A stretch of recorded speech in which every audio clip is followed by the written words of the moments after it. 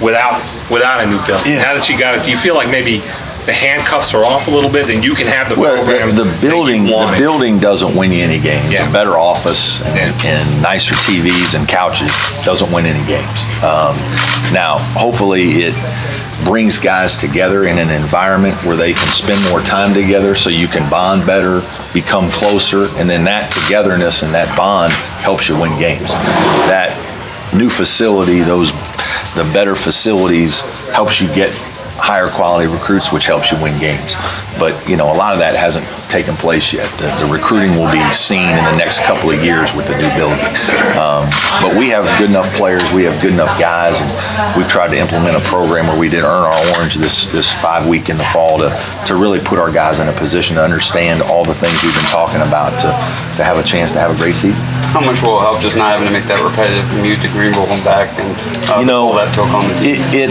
It wasn't so much the trip to Greenville itself as it was just dealing with, playing in Jervy Gym every day for practice and sharing that with women's basketball, the volleyball team, the Rally Cats, and whoever else needed to use it occasionally. Not having 6 baskets at practice and, having to go at different times, not always being able to go at a time that was as convenient as you would have liked. So as much as it was just going up to Greenville, it wasn't so much that as it was just the other things that were kind of taken away from you, and having a really small locker room, sharing video rooms. Just there was a lot of things, small sacrifices day to day that had to be made that weren't just the 17 times that we went to Greenville. I think it'll help from the standpoint of just keeping our guys hopefully fresh, and allowing our guys to have more time to get in the gym and shoot extra shots and do different things like that. I know you like the leadership of your upperclassmen, but how have the newcomers sort of blended in to work out? You know what? They're doing well, but it is different, blending Shelton Mitchell, Marquise Reed in from the scout team to where they're actually playing with the first team, every day, and trying to figure out how we want to use those guys. I think both guys are good players, and so I think they're both going to play a lot. I think we're still trying to figure some things out as to actually how to put them in the best positions to be successful. Shelton has great size and really sees and passes the ball extremely well. Marquise is a little bit undersized in some ways as a 2-guard in this league, but really just has a great knack for scoring. He can really make shots, and he's not a pure shooter per se, but he's a shot maker, and he sometimes can create more at the end of a clock. He can make a 12-foot runner. He just has some tools in his toolbox that other guys don't have to score, and so it's kind of nice because they're different kinds of players, and to be able to add those guys to your backcourt with an Avery Holmes, a Gabe DeVoe, a Dante Grantham, just gives you the kind of depth and quality depth that you need to last through a full season. And I think, we've had some good players in the past. I don't know if we've had 5 good backcourt players at one time. I feel like we have 5 good, strong backcourt players this year. How much will you miss Landry's presence as a shot blocker, especially until you get Elijah? I think we're going to miss Landry's presence in the paint a good deal. I don't think, guys like that, you don't really understand or appreciate all that they do for you. He was top 5 career in Clemson history in block shots, and they don't keep altered shots, but I'm sure there were a bunch of those in there too. And, Landry was a pretty smart guy by the end of his career. It's a little disappointing. I think some of the foul troubles in his senior season got in his way and started to bother him internally a little bit, and so he maybe didn't have quite the senior season offensively that we would have liked, but defensively that guy was an outstanding player. And City is a different kind of player. He's not a shot blocker. Even Elijah is not a shot blocker, so we've got to protect the paint with bodies. We've got to get other guys in the way, and we've got to do a good job of rebounding, the first miss. Do you think Legend could grow into that type of player? I think Legend is a guy who's still learning the game, and it's he's going to be a backup guy his entire career. He does have great size. He can block some shots, certainly, and alter some shots, and so that will be his greatest strength. And, we have to make sure we can think of ways to help him be successful.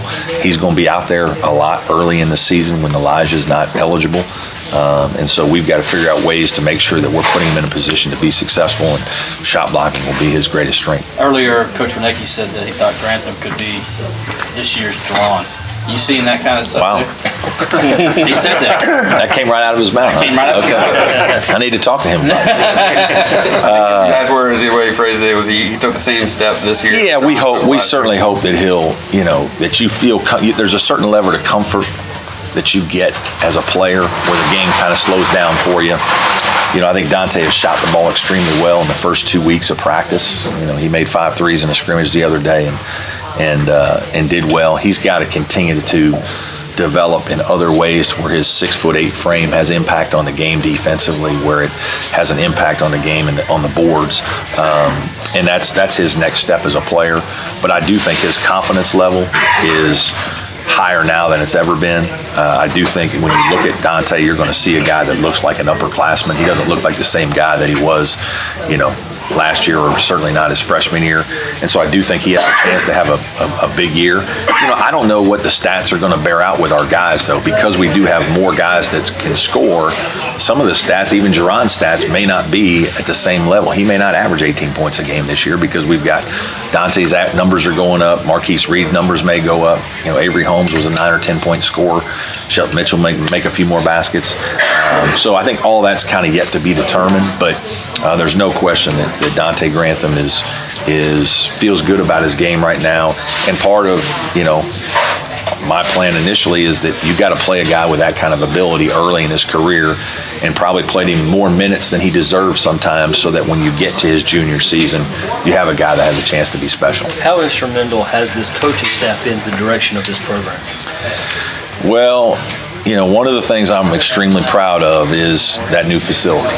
And there were a couple years ago, after a mediocre season, and even maybe even as recently as a year or two ago, I said that there were a lot of really good things going on inside our program that people didn't realize, and a lot of it was the hard work and effort that myself, Aaron Dunham from IPTE, and a lot of our staff had spent time with donors. And it was raising money and building not just the money that you need for this facility, but you almost have to have, before you can even get that, you almost have to have like a spirit within your program. There has to be, administrators need to see a spirit and a positive momentum in your program through fan base and through donors that are behind you, to want to follow through and know that this can be done. Because then if you build a club with 400 seats and charge big donations to get it filled, you got to put people in those seats. And if you're going to have courtside seats and you're going to charge a lot of money to sit on the courtside, then you better have people that are willing to do that and fill that. Those are all recent developments here at Clemson since I've been the coach. And the one area where I will pat myself on the back on is the amount of time I've spent trying to make all that happen, and it's been a lot. And obviously, I'm thrilled because I've made some tremendous friends through our fan base in that work, and then obviously to watch it all come to fruition.